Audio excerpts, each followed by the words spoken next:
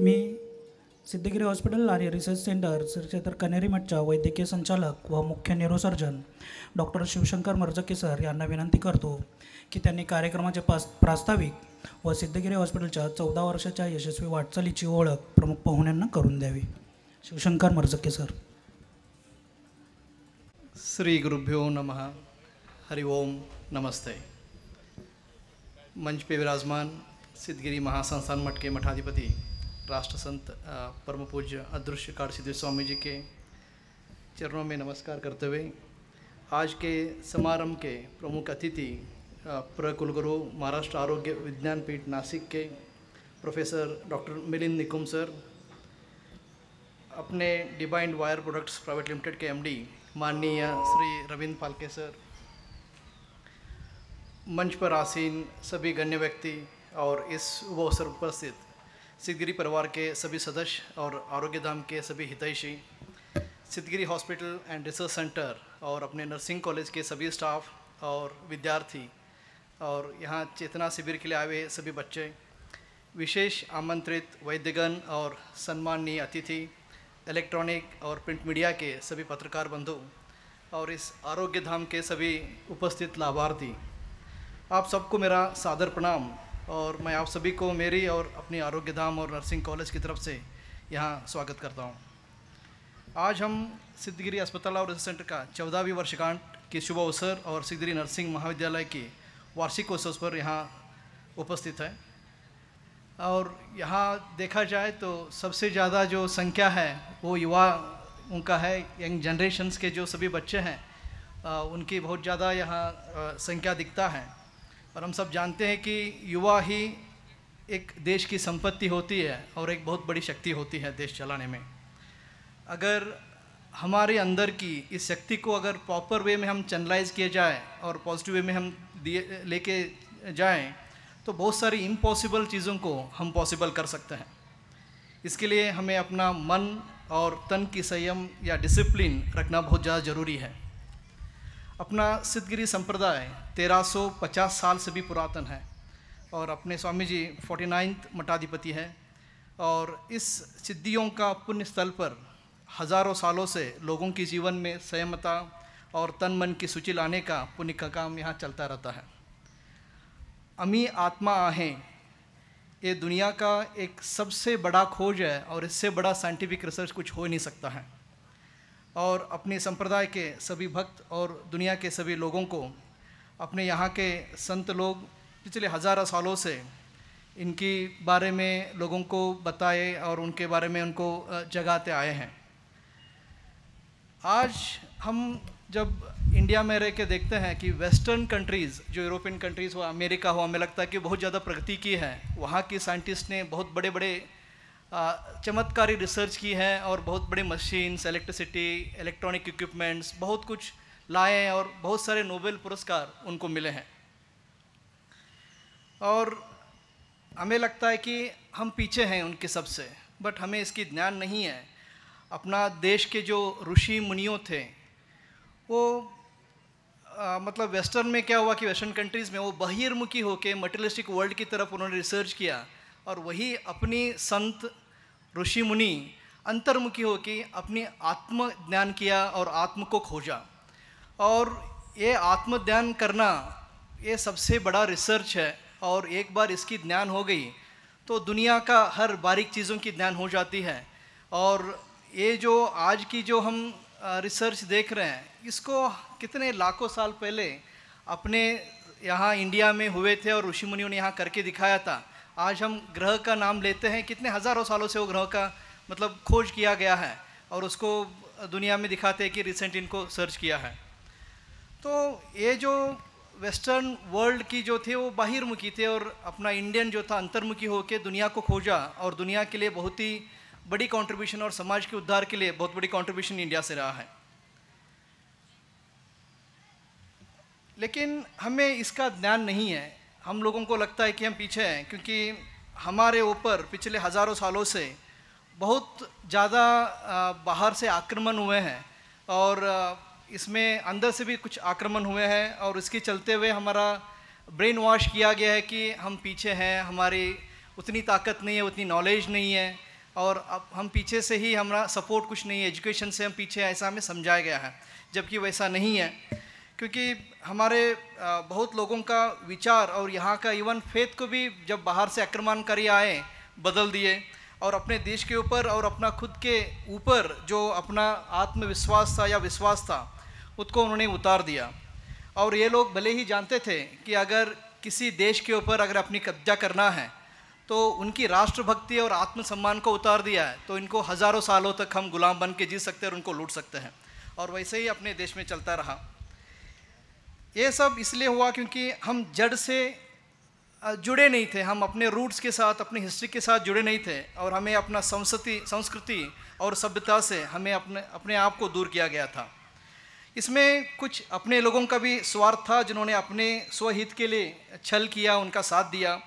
ऐसे लोग तभी भी हुआ करते थे, अभी भी है, और ऐसे स्वार्थी शक्ति और लोगों से स्वहित की देश के लिए बहुत बड़ा नुकसान होता है, और हमें इस बारे में बहुत सतर्क रहना जरूरी है। और एक तरफ ये सब देखते हुए अपनी तरफ स्वामी जी हैं जो दिन रात एक करके देश और समाज के उद्धार के लिए काम करते रहते हैं। हम लोगों की यहाँ अपने प्रबोधन होते रहते हैं, प्रवचन होते रहते हैं, और वो इससे अपने आप को अपने जड़ से जुड़ने का और संस्कृति और सभ्यता से जुड़ने का काम करते रहते हैं।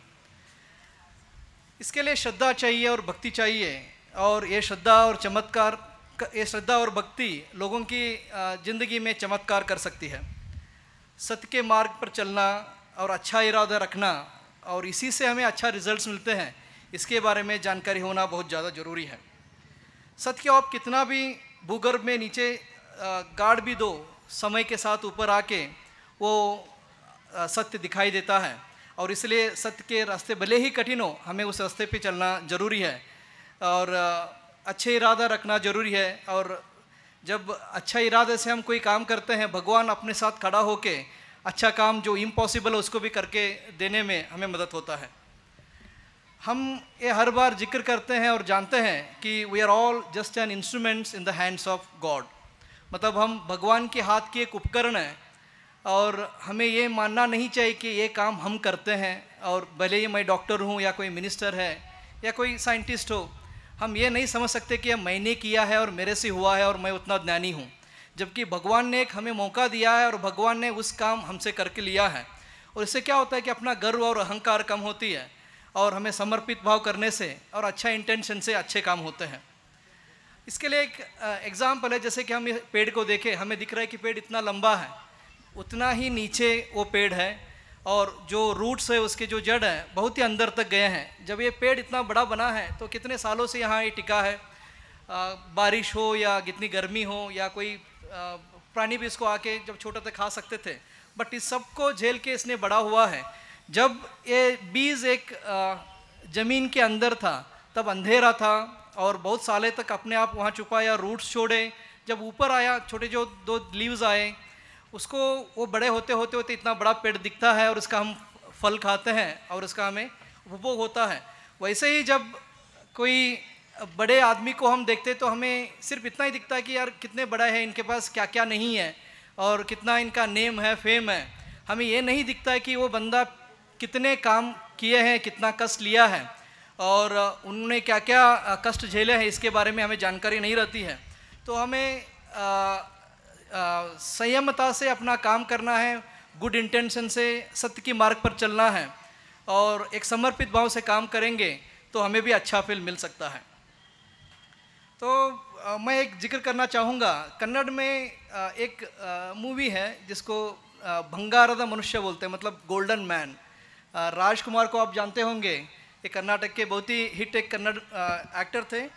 उनका ये पिक्चर था, इसमें ये दिखाया गया है कि राजकुमार जी एक बंजर ज़मीन रहता है, गांव के रहते हैं, और सबको लगता था कि ये कुछ हो नहीं सकता है, गांव में सब गरीबी थी, और उस बंजर ज़मीन के सिर्फ पत्थर से वो बना हुआ था, और उसको उन्होंने तोड़ के वहाँ खेती की, वहाँ पानी लाए, वो अपनी फैमिली नहीं पूरा गाँव को उन्होंने बदल डाला। तो वैसे ही एक काम हम आज एक कनेरी मठ में देख रहे हैं कि ऐसे एक गोल्डन मैन यहाँ आए पिछले 25 साल से। ये मठ का ये जो भी आप प्रकल्प देख रहे हैं बहुत ही आगे हम गए हैं, सिर्फ राष्ट्र में नहीं अंतर्राष्ट्रीय दर्जे पे अपना मठ और संप्रदाय को लोग जानते हैं।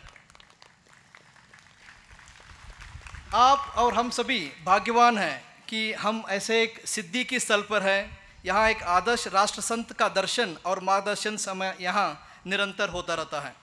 आप सभी को इसका सदुपयोग मूल्यवान रहेगा। हमें अपने जड़ से जुड़ना जरूरी है और अपनी सभ्यता और संस्कृति पर गौर रखना जरूरी है। मन की शांति से बड़ा कोई संपत्ति नहीं है। कितना भी बड़ा संपत्ति आवे और हमारे पास अगर मन की शांति नहीं है तो हम उसको अनुभव नहीं कर पाएंगे। और इस सिद्धि का स्थल पर यहाँ के संत हजारों सालों से मन की शांति का राज अपने प्रवचन से या प्रबोधन से हम सबको देते आए हैं। साथ ही साथ समाज की उन्नति के लिए यहाँ बहुत सारे संकल्प यहाँ चलते आ रहे हैं। उसमें से आप देखते हैं कि इस पर अपने गुरुकुल के बच्चे बैठे हैं। हज़ारों में बच्चे अपने पास गुरुकुल में हैं और बहुत लोगों की इसकी ज्ञान नहीं है कि गुरुकुल एक अनोखा शिक्षण पद्धति है जो अपने देश में पहले हुआ करता था और आज के जो स्कूल्स हैं उससे भी ज़्यादा स्कूल्स पहले के ज़माने में थे। और इसको ब्रिटिशों ने जब अपने ऊपर आक्रमण किया तो ऐसे सब गुरुकुल को नष्ट किया और उन्होंने अपना शिक्षण पद्धति यहाँ लाए जहाँ उनको कारकुन्स चाहिए थे। ऐसा पद्धति हमें लाए तो हमें सिर्फ रट्टा मार के हम पास होते हैं, एग्ज़ाम लिखते हैं। यहाँ मॉरल वैल्यूज़ कुछ भी हमारे अंदर बिल्ड नहीं होते हैं। ये एक अच्छा मानव को तैयार नहीं करता है बट एक अच्छा रोबोट को तैयार करता है।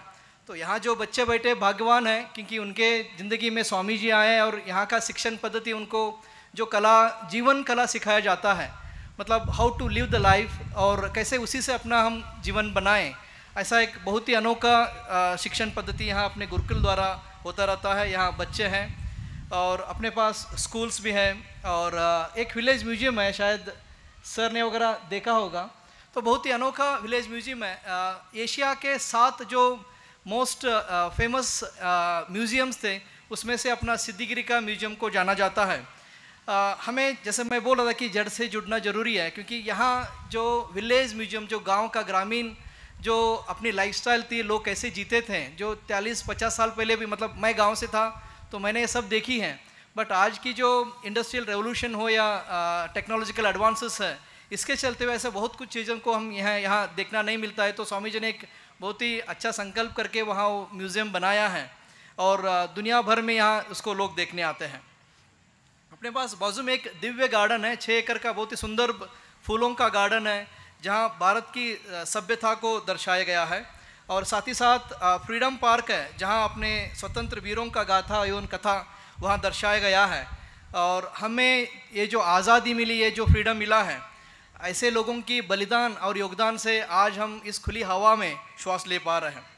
अपने पास KVK है, कृषि विज्ञान केंद्र है। स्वामी जी का ऑर्गेनिक फार्मिंग, मतलब इसमें बहुत बड़ा एक क्रांति रहा है। स्वामी जी हमें बोलते रहते हैं कि अब सभी को लंबे आयु तक जिंदा रहना है, किसी को मरना इच्छा नहीं रहता है। बट हम हर रोज़ जो करते हैं तन मन के लिए, हम हर कोशिश करते हैं कि जल्दी ये बॉडी चला जाए। मतलब हम जो खाते हैं, जो सोचते हैं, ये अपने हेल्थ के लिए अच्छे नहीं है। जो खाते हैं उसमें कितने सारे केमिकल्स यूज़ किया जाता है। तो KVK में अपने बहुत ही बढ़िया साइंटिस्ट हैं, बहुत अच्छे अच्छे काम करते आए हैं जिसका मतलब उल्लेखन देश भर में होता रहता है। हमारे पास 1500 से ज़्यादा गाय है, गौशाला है। यहाँ गौ माता की रक्षा की जाती है और उनके द्वारा यहाँ के जो फार्मर्स हैं उनको ज्ञान दिया जाता है कि इसकी वजह से कितना कुछ बदलाव खुद की ज़िंदगी में और दूसरों की ज़िंदगी में आ सकती है। उनके जो A2 मिल्क है उसमें पर स्वामी जी मुझे बोलते हैं कि साइंटिस्ट के जैसे हैं स्वामी जी। उनको एग्जैक्टली क्या क्या वो मिल्क से, जो A2 मिल्क है, जो अपने जो गायों का, देशी गायों का जो मिल्क से क्या क्या बेनिफिट हो सकता है, उसको देखने के लिए और उसके बारे में सुनने के लिए देश भर से यहाँ लोग रोज़ आते रहते हैं। अभी एक 100 गाँवों को स्वावलंबन करने के लिए स्वामी जी ने एक बहुत बड़ा प्रोजेक्ट लिया है। शायद ये गवर्नमेंट से भी मुमकिन नहीं था। ऐसा एक स्वामी जी प्रकल्प शुरू किए हैं, थोड़े दिन में आप सब जानेंगे इसके बारे में। और बहुत बार जब नैसर्गिक आपत्ति आती है, नेचुरल डिजास्टर्स होते हैं, तो अपना मठ और स्वामी जी पहले रहते हैं वहाँ। जैसे नेपाल की जब अर्थक्वेक हुआ था या केरला में जब फ्लड्स आए थे, यहाँ अपने रत्नागिरी चिपळूण की तरफ फ्लड्स आए थे, कोल्हापुर में 2-3 फ्लड्स आए, तो वहाँ सबसे बड़ा स्वामी जी वहाँ जाते हैं, पूरा टीम लेके वहाँ काम करते हैं, कोई भी इच्छा ना रखते हुए और लोगों की मदद करते हैं। और आज हम हैं अपना सिद्धगिरी अस्पताल और रिसर्च सेंटर की कैंपस में। अपना अस्पताल एक 17 एकड़ की ब्यूटीफुल कैंपस है। यहाँ आयुर्वेदा और एलोपैथी हम साथ में काम करते हैं। अपना अस्पताल 150 बेड का मल्टी स्पेशलिटी अस्पताल है और यहाँ सभी डिपार्टमेंट्स है, डायग्नोस्टिक हो या थेरेपेटिक विंग्स अपने पास है। साथ ही साथ अपने पास जो नर्सिंग के बच्चे हैं 2012 से अपने पास ANM का नर्सिंग कोर्सेस है और बहुत सारे अपने जो नर्सिंग स्टाफ है यहीं ट्रेन होके अपने पास ज्वाइन होके यहाँ काम कर रहे हैं। अभी जब रेगना मैडम उनके टीम ने GNM के हमारे पास कोर्सेस है, BSc के 4 बैचेस है, कुल 280 से भी ज़्यादा अपने पास बच्चे यहाँ पढ़ते हैं, जिसके बारे में मैडम आपको अच्छे खासे बता सकते हैं। और अपना जो अस्पताल है इसके जो प्रेजेंट फैसिलिटीज़ है, यहाँ अपने पास डायग्नोस्टिक विंग में रेडियोलॉजी में CT स्कैन है, MRI है, अल्ट्रासाउंड मशीन है, मैमोग्राफी मशीन है, डिजिटल एक्सरे मशीन है और इसके in charge doctor Bhagyashree Palkar ma'am है। और अपने पास सुसज्जित लैब है, बायोकेमिस्ट्री का है, माइक्रोबायोलॉजी है, पैथोलॉजी है, बहुत ही एडवांस मशीन्स यहाँ हैं जिसकी इंचार्ज डॉक्टर प्रतिमा मर्ज़के मैम है। अपने पास 6 मॉड्यूलर सुसज्जित ऑपरेशन थिएटर्स हैं जहाँ ब्रेन के लिए, हार्ट के लिए, IVF के लिए, किडनी के लिए, ऑर्थो, जनरल सर्जरी और यूरोलॉजी, प्लास्टिक सर्जरी, हर चीज़ का यहाँ इलाज होती है। अपने पास बहुत बड़ा डॉक्टर्स का टीम है। अभी हाल ही साइकेट्री में डॉक्टर रविंद्र पाटिल सर अपने पास ज्वाइन हुए हैं। डेंटल और फेशियल मैगी सर्जन डॉक्टर आशीष महामुनि अपने साथ हैं जो पिछले 2-3 साल से अपने साथ हैं। मेडिसिन में डॉक्टर शशांक गुने हैं जो ICU भी देखते हैं। ऑर्थोपेडिक्स में डॉक्टर तनिष पाटिल है जो बाकी हड्डी का इलाज तो करते हैं, साथ ही साथ एंडोस्कोपिक की होल सर्जरीज मेनली जॉइंट के लिए करते हैं और नी रिप्लेसमेंट, हिप रिप्लेसमेंट का यहाँ रूटीनली दिन में 1-2 सर्जरीज होते रहते हैं। जनरल सर्जरी में डॉक्टर हरीश है, न्यूरो में मैं हूँ और मेरे साथी कलीग्स डॉक्टर रितेश बल्ला सर है, आई में ऑप्थाल डिपार्टमेंट में डॉक्टर बर्गे सर है और डॉक्टर शीतल गौली मैडम है। गायनाक और IVF विंग में डॉक्टर भूषण है, गायनेकोलॉजिस्ट, डॉक्टर वर्षा है डॉक्टर मैडम और डॉक्टर विशाली चौहान है IVF स्पेशलिस्ट। अपने साथ एनेस्थीसिया टीम है जहाँ डॉक्टर प्रकाश है जो अपने मेडिकल सुपरिटेंडेंट भी हैं। He was the first neurologist of this region और साथ में अपना सिनेप्स बोल के एक टीम है जो बाकी नॉन न्यूरोसर्जिकल केसेस के लिए एनेस्थीसिया देते हैं। अपने पास ऑन्कोलॉजी का भी डिपार्टमेंट है जहाँ डॉक्टर रश्मि गडूर और ऑन्को सर्जन डॉक्टर लाड कैंसर की ट्रीटमेंट देते हैं। और यूरोलॉजी डिपार्टमेंट में अपने पास अराउंड 7-8 डायलिसिस मशीन्स हैं। पिछले 10 साल से हम ये यूरोलॉजिकल ट्रीटमेंट करते आ रहे हैं, डायलिसिस करते आ रहे हैं और जब से शुरू हुआ है तब से एक ही रेट है 600 रुपये, जो इंक्रीज़ किया नहीं गया। जो गवर्नमेंट जो हमें देता है उससे भी कम चार्जेस में हम यहाँ करते हैं और यहाँ लाखों लोगों का भला हुआ है इस डायलिसिस से। और सखदेव सर और डॉक्टर प्रवीण गुले यहाँ के कंसल्टेंट है। प्लास्टिक सर्जरी में सीनियर मोस्ट डॉक्टर मिर्जे हैं, डॉक्टर चौधरी ऑन पैनल है। कार्डियक में सीनियर मोस्ट डॉक्टर कोले सर है जो 30,000 से भी ज़्यादा हार्ट की सर्जरीज़ की हैं, सर अपने साथ हैं। Doctor Shantanu Palkar clinical cardiologist है और आज ही अपने साथ doctor Ganesh Ingle sir join हुए हैं जो कार्डियोलॉजिस्ट हैं जो नारायण हृदय से ट्रेन हुए हैं और उन्होंने स्ट्रक्चरल हार्ट डिसीज़ में फेलोशिप की है। हम सब जानते हैं कि हर कार्डियोलॉजिस्ट एंजियोग्राफी, एंजियोप्लास्टी तो करते ही हैं। स्ट्रक्चरल हार्ट डिसीज़ मतलब जब हार्ट में जो छेद होते हैं, जो होल्स होते हैं, उसको बंद करने के लिए पहले ओपन हार्ट सर्जरी होती थी जहाँ पूरा चीरा मारना पड़ता और उसको बंद करनी पड़ती थी। अभी हम सिंगल प्रिक के द्वारा उनको क्लोज कर सकते हैं विदाउट सर्जरी। तो ऐसे सर्जरीज़ यहाँ अपने मठ में होंगे और उसकी सुविधाएं सब अपने पास हैं। और फिजियोथेरेपिस्ट डॉक्टर अविनाश है, अपने पास फुल टाइम डाइटिशियन है, बायोमेडिकल इंजीनियर्स है।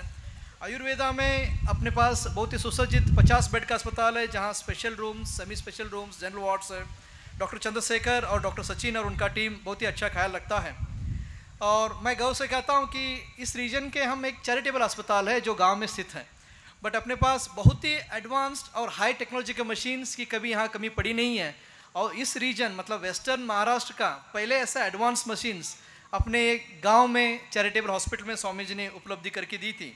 उसमें से जैसे हमने आज देखा MRI मशीन है जो 1.5 टेस्ला मशीन बहुत ही कम चार्ज में हम करते हैं। बाहर समझो कि कोई एक स्पाइन की MRI करनी है तो 5,000-6,000 तक लगता है। अपने पास हम 2,700 रुपीज़ में डिटेल्ड MRI करते हैं स्पाइन की। और वहाँ ब्रेन के लिए अलग टेक्नोलॉजीज़ है जो ट्रैक्टोग्राफी और फंक्शनल MRI यहाँ होते हैं और जहाँ हम बहुत ही एक्यूरेसी से हैंड और लेग एरियाज, स्पीच एरियाज़ को मैप कर सकते हैं। अपने पास फिलिप्स अजूरियन कैथलैब मशीन है, जो इस रीजन का पहला इंस्टॉलेशन था। अराउंड 4 करोड़ की मशीन, वो एंजियोप्लास्टी और एंजियोग्राफी करने के लिए है। और IVF बहुत ही सुसज्जित एक IVF का फ्लोर है, जहाँ टेस्ट ट्यूब बेबीज़ यहाँ तैयार होते हैं, और IVF का ट्रीटमेंट यहाँ बहुत ही कम चार्जेस में अपने रीजन कर्नाटका, महाराष्ट्र और गोवा के लोगों को मिलता है। हमारे पास नेविगेशन मशीन है, पिछले 7 साल से है, जो वेस्टर्न इंडिया का पहला ईजी नाव न्यूरो नेविगेशन मशीन अपने कनेरी मठ में इंस्टॉल हुआ था। और अपने पास न्यूरो मॉनिटरिंग मशीन भी है, कैडवेल का शायद पहला चैरिटेबल हॉस्पिटल की पहले न्यूरो मॉनिटरिंग मशीन। कैडवेल एक टॉप मोस्ट 50 लाख का मशीन है, जो ब्रेन को अनस्थेसिया देने के बाद भी ब्रेन की मॉनिटरिंग करने के लिए वो मशीन्स हम यूज़ करते हैं। और अपने पास एडवांस न्यूरो अनस्थेसिया के लिए मशीन जो इस बार पहले हमने लिया था। ओके, तो पिछले 14 साल में 7 लाख की तक OPD का यहाँ ट्रीटमेंट हुआ है, 1 लाख के ऊपर लोगों को IPD की ट्रीटमेंट हुई है, और 50,000 तक यहाँ सर्जरीज हुए हैं। और मैं यहाँ पिछले 10 साल से हूँ। अप्रैल 27 को मैं लास्ट ईयर 2015 में ज्वाइन हुआ था, और वहाँ से एक अच्छे डिपार्टमेंट न्यूरो के हम लेके आए हैं। और हम यहाँ रूटीनली ब्रेन की बाईपास सर्जरीज करते हैं, जैसे हार्ट की बाईपास होते हैं वैसा ब्रेन की बाईपास होते हैं। ऐसे बहुत ही विरल सेंटर्स है, और इंडिया में हम उसमें एक सेंटर है। एपिलेप्सी सर्जरी जहाँ फिट्स के लिए सर्जरीज होता है, बहुत ही कम सेंटर्स है, अराउंड 15 सेंटर्स या 20 सेंटर्स इंडिया में रहेंगे, ऐसा एक सेंटर अपने पास है। एंडोस्कोपिक ब्रेन और स्कल सर्जरीज, नाक के द्वारा ब्रेन के सर्जरीज, की होल ब्रेन सर्जरी जहाँ होते हैं।